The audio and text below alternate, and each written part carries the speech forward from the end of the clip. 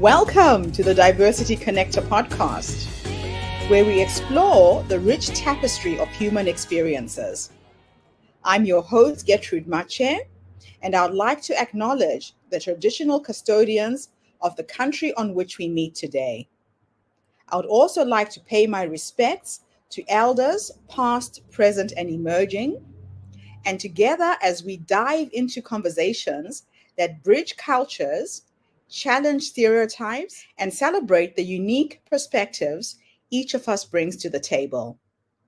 Each episode is a journey through stories and insights from a kaleidoscope of voices, each sharing their colorful narrative. Whether you're at home, on the go, or just anywhere in between, you're now part of a community that values understanding, inclusivity, and the beauty of diversity. So plug in your headphones, get comfortable, and let's connect through the power of our shared stories. Welcome, and thank you for joining us on the Diversity Connector podcast. Hello, everybody, and welcome back to the Diversity Connector. This is Gertrude Mache here in beautiful Melbourne, Australia. And today I am graced with the presence of yet another fascinating guest. Welcome, welcome, welcome to our tribe. Please tell everybody your full name, where you're based, and share your story with us today.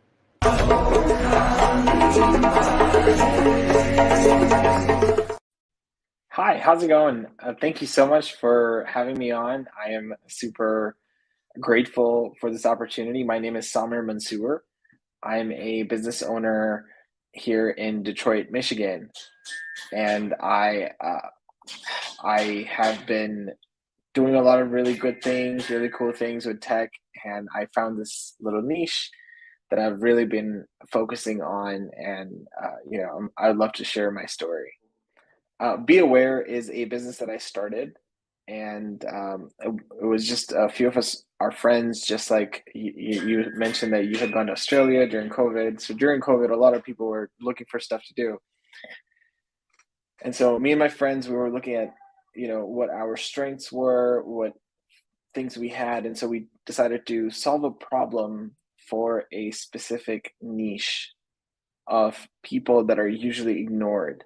And we wanted to solve a problem that they had in their everyday lives. And so we did a lot of brainstorming. It was a structured brainstorming process. There's a lot of tools out there that you can use.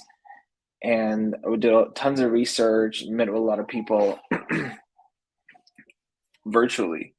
Yeah, we didn't meet with them in person, but we met with them, interviewed them, and we created Be Aware. Be Aware is a tool that is used by deaf and hard of hearing people in their everyday lives. And we have over 13,000 downloads now, and there's people who use it on average 4 times every single day in order to perform the different functionalities that the app provides. So one of the functionalities, for example, is an alert where you have your phone, you turn the alert on, you lock it, and if you're a parent and your baby's crying, how do you know that your baby's crying? So the phone will flash an LED and vibrate. And if you have a smartwatch, it'll vibrate the smartwatch too. And so you can take a look to see what's going on. For example, if someone's ringing the doorbell, how do you know that their doorbell's ringing? And so this helps you with that. And then it performs other functionalities also that people use in their everyday lives. And so we've had a lot of success with that. And because we had so many different users use it, they all had different scenarios that they're trying to use it. Like a professor in Washington, D.C. was trying to use it with his students who are older, but he was like, this is not working so well with my students. And I was like, yeah, it's not meant to be used for a classroom situation. And so we created a tool specifically for him, and it's called conference captioning, which can convert any live in-person event, like a classroom, to be accessible for the deaf within 15 seconds. And, that became a little popular. We started getting more traction around it, and we're still using that for a lot of different purposes. One purpose that we also found was we could use the exact same solution to also provide live translations. So if you're, for example, the Canadian consulate and you want to provide accessibility for people who don't speak English, they speak French, and for people who speak who are deaf or hard of hearing. And so the same tool can be used for both, and it provides you a live translation of whatever the speaker is saying in that language. So yeah, and that became, that got a lot of prizes and awards. And then like we just kept going. We're like, okay, where else can we use this, and how else can we use this that it would be very powerful? We noticed that our technology was so powerful that it could be used offline. So you don't even need to use internet. You didn't need to use stored any data. And so that seemed to be very powerful in the medical sector. And so we reached out to a few doctors, we showed them what we had, and they were like, yeah, that makes a lot of sense. And so we created HealthScribe, which is specifically for, a doctor, like for doctors or hospitals who want to cater to people who are deaf or hard of hearing. They download the app, and within 10 seconds, anyone who's deaf or hard of hearing can be treated instantly rather than having to wait for an interpreter at the middle of the night on a New Year's Eve where no one's available. And so it just like helps with those critical situations. And then it also helps with a lot of foreigners who, for example, is of our population, especially here in Michigan. And so it can translate whatever the doctor is saying into over 25 languages. And so the doctors are able to cater to a lot more patients, and the patients feel more comfortable visiting the doctor, especially if it's a specialist. There are not many specialists who speak, so many different languages. And so it has proven to be really effective. And so we won a few awards for that as well. And we're headed to the CES. So the CES is a consumer electronics show, which is one of the biggest tech conferences in Las Vegas in January. We won an award that gave us the booth there, which is also amazing. And we're super grateful, and we're, really, I'm super happy that I'm able to share this story with you all. If you all want to give it a try, go to defassistant.com, defassistant.com, and just go ahead and download it and check it out. We have a hearing experiment that we do with people who are hearing to help them feel more confident when they communicate with people who are deaf, because a lot of times what we have seen is that when someone sees someone who is deaf or hard of hearing, our first, or even someone who doesn't speak the language, our first reaction is to not talk to them and just say hi. Like hi is the maximum that we go, and which is obviously not nice. So we want to help more people feel included, and like that's the mission of Be Aware, to enable people to be included. What was the inspiration behind you focusing on the deaf and the hard of hearing? Yeah, that's a very good question. So I personally, I am colorblind as well, and I have family who is hard of hearing, and then I knew some sign language as well. And one thing that you learn is that if you aren't, sorry, that's my son.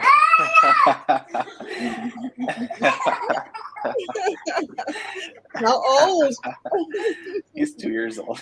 Oh, how beautiful. So yeah, because usually, so it's past 5, isn't it? So usually when it's 5 o'clock, there's no excuse that dad's working. Yes. And so he's like, oh wait, why aren't you playing with me? Yeah, so as I was saying, I had learned some sign language myself. I had friends who were deeply involved in the community, and so were some of our other family. One thing that you realize is that if you don't die early, you will eventually end up being deaf or hard of hearing. And so this is a Mm. problem that will be faced by everyone just Yeah. eventually. And so people don't think about these things. They don't try to solve these problems until they're affected by it, and so that was a significant driver as well. Yes. Wow.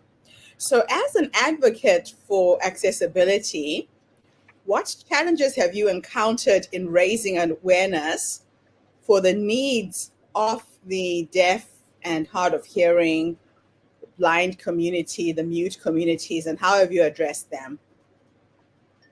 Yeah, I mean, with just in the accessibility, there's a gap between the people who face that accessibility, that I would say that challenge, um, versus everyone else, because people just don't want to think about other things. They're all preoccupied with their everyday lives, and they don't care about what other people are facing, what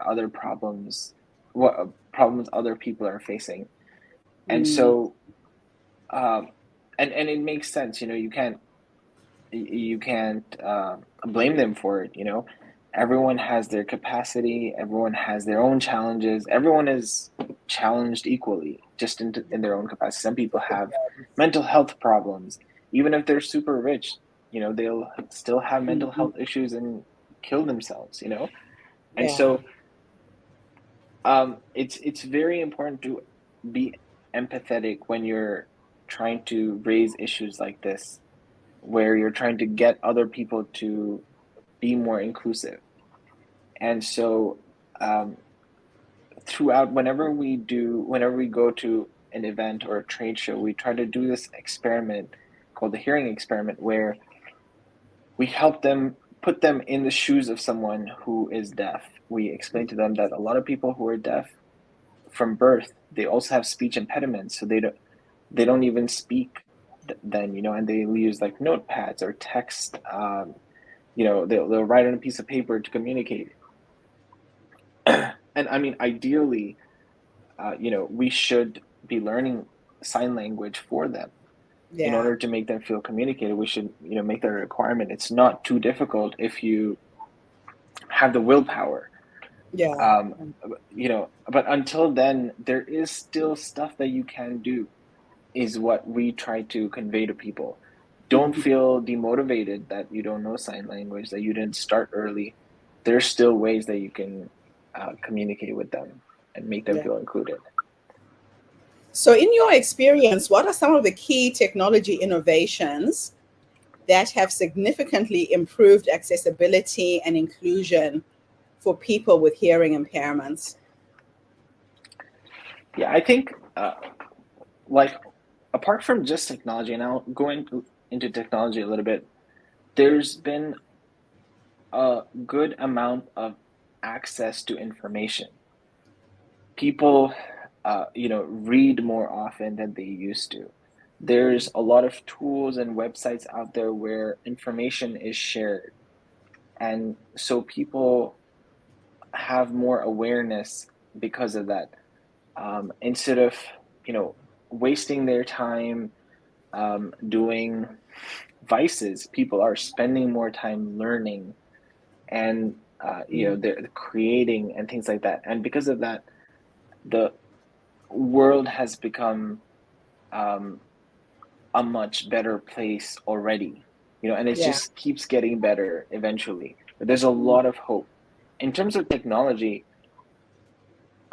If you just look like a few decades ago, you wouldn't have a smartphone. You'd have a phone, but that phone did not.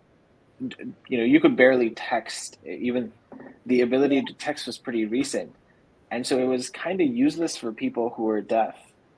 You know, if you told someone who was deaf, "Hey, you need a phone. Let me buy a phone for you." It was like, what am I going to do with it? you know, Yes. it's like, yeah, it Wow. didn't make any sense. But now that has totally revolutionized them.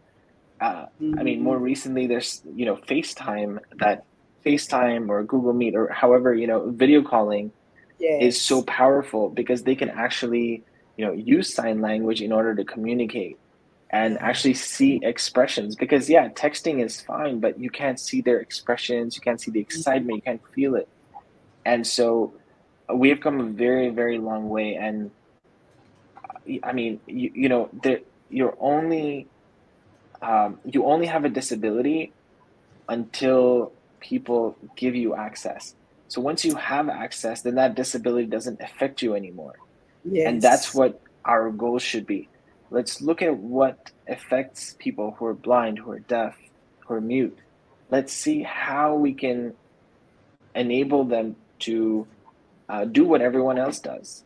Yes. People who have wheelchairs, they make sure that they can get into a car, they can get out of a car, they can go to every single room in a specific building. They make sure that the place is accessible. So I think Yeah.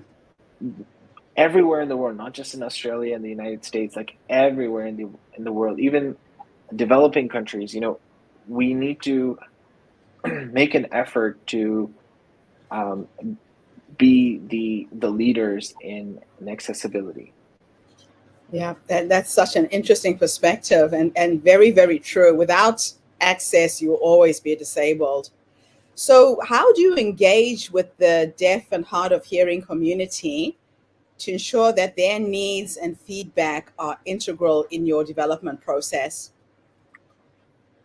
Yeah. So in development, in product development, there's a term called uh, build uh, build by design. So every single thing that design for intent. And so every single element in your product has to have some sort of intent for why it was selected. Why Right. did you use this color contrast? Why didn't you use a different color contrast?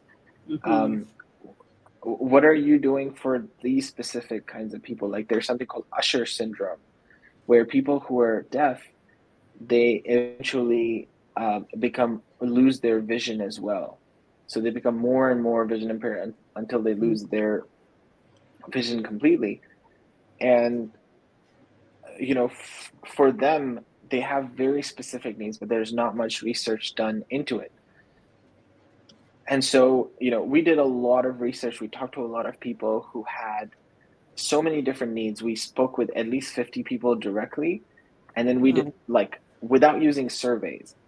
We communicated with them, but then indirectly we did surveys. We shared pictures. We asked for feedback on designs before we even built the app. Like we didn't even write a single line of code, and we made sure that every single thing that we're doing makes sense. We got feedback. What can we add? What can we remove? And so, like I would say 99.9% of things on the app, if you're like, why did you do this? Why did you put it over there? We have a reason for it. But that's a great question. I love that. Yeah, it has to start from the source of the people you're trying to serve. So, what has been your approach to fostering diversity within your team and the broader tech entrepreneurship community? Yeah, I think you brought up a really good point just now. You really have to start with them. And if you look at all the big companies that failed, they did not listen to their customers well. If you look Yeah. at BlackBerry, they were such a huge company and they were so popular. Everyone Mm. wanted one of those. You look at Nokia, everyone was crazy about Nokia, but they didn't ask the right questions. They didn't listen to what their customers needed. They didn't test it. They didn't, do all of these things that they should have. And there's because of this reason, and it's going to happen. It's going to keep happening. Like look at all these car companies. Tesla Yeah. just came in and swooped them off because like they just weren't listening. They weren't thinking in that way. They were so driven by numbers, rather Mm. than emotions and feelings. And like there's these product circles, they call them, viability, um, what is it? Viability, and then desirability, and financial viability, desirability, and feasibility. So make sure something is technically feasible. Obviously, if it's not technically feasible, you can't, it's not going to be built. Make sure that it's economically viable, so it'll actually make you some money. Yeah.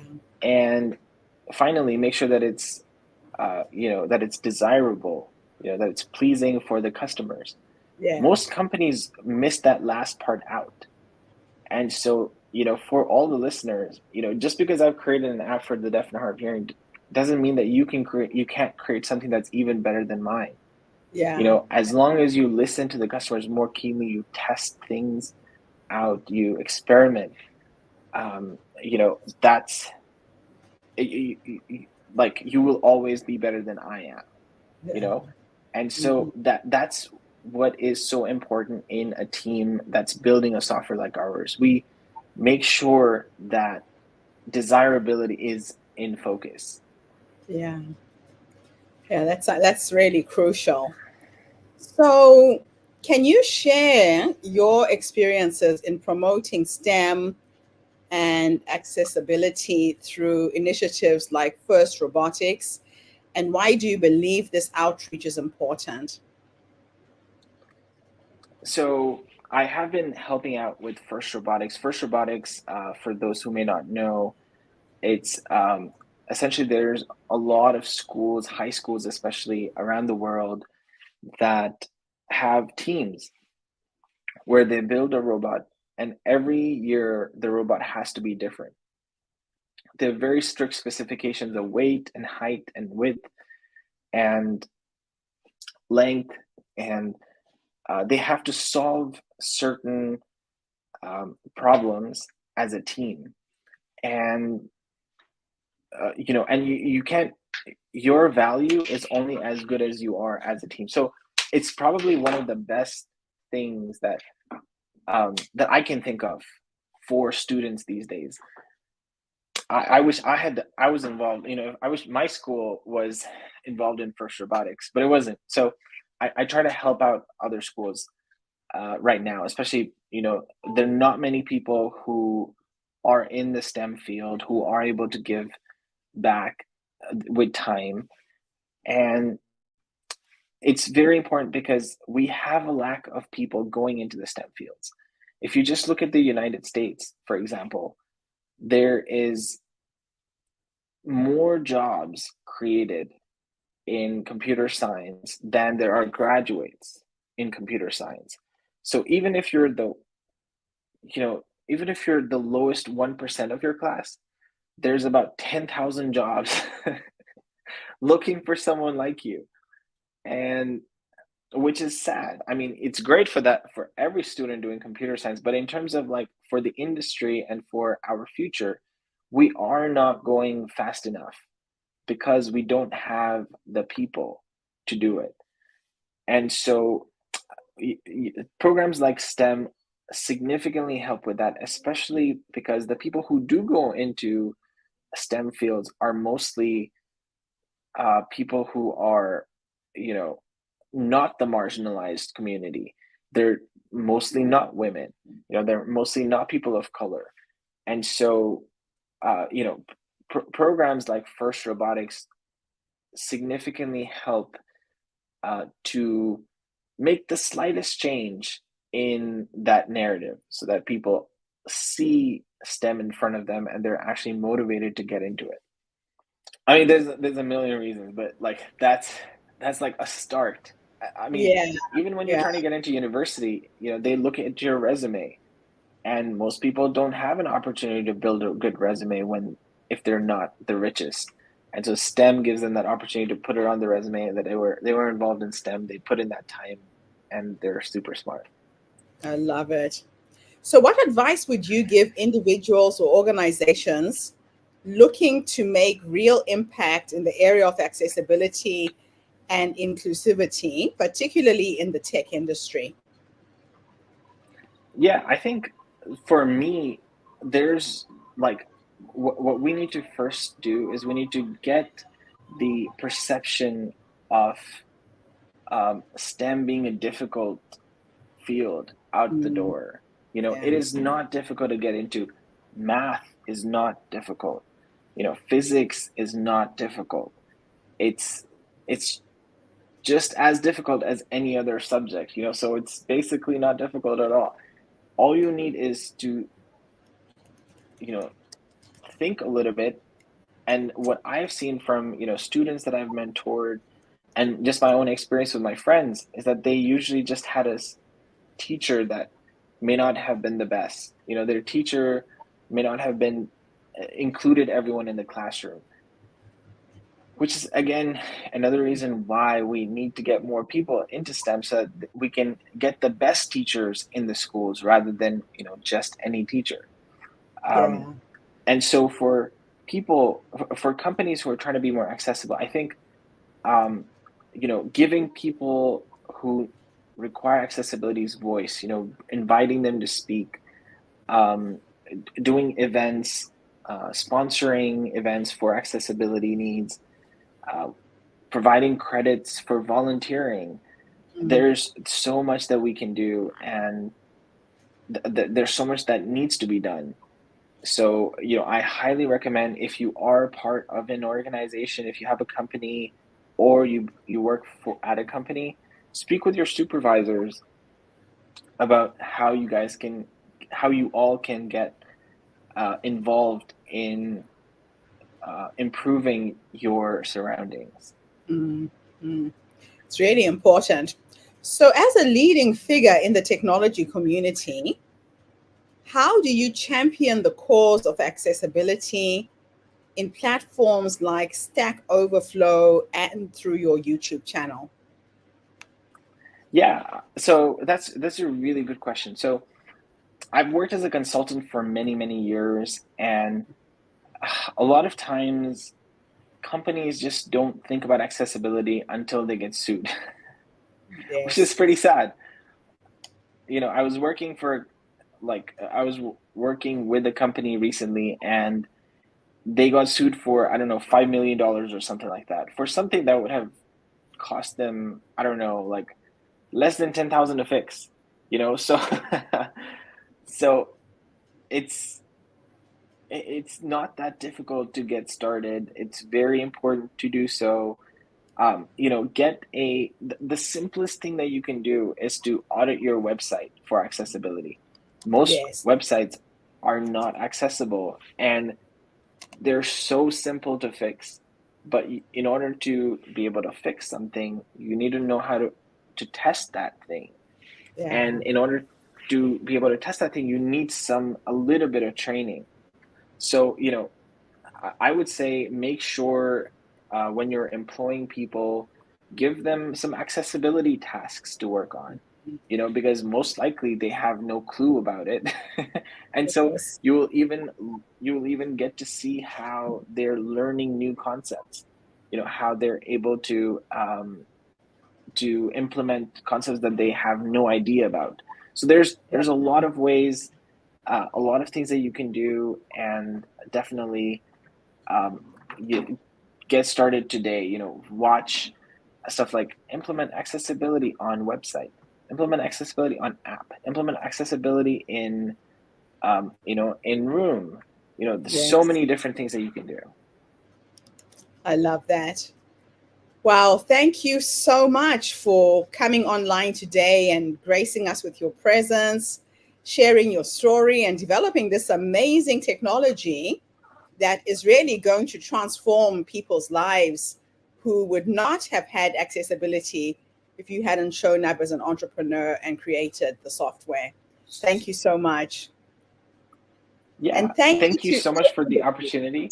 Yeah, go ahead. It's an absolute pleasure. And thank you to everybody who's tuned in today.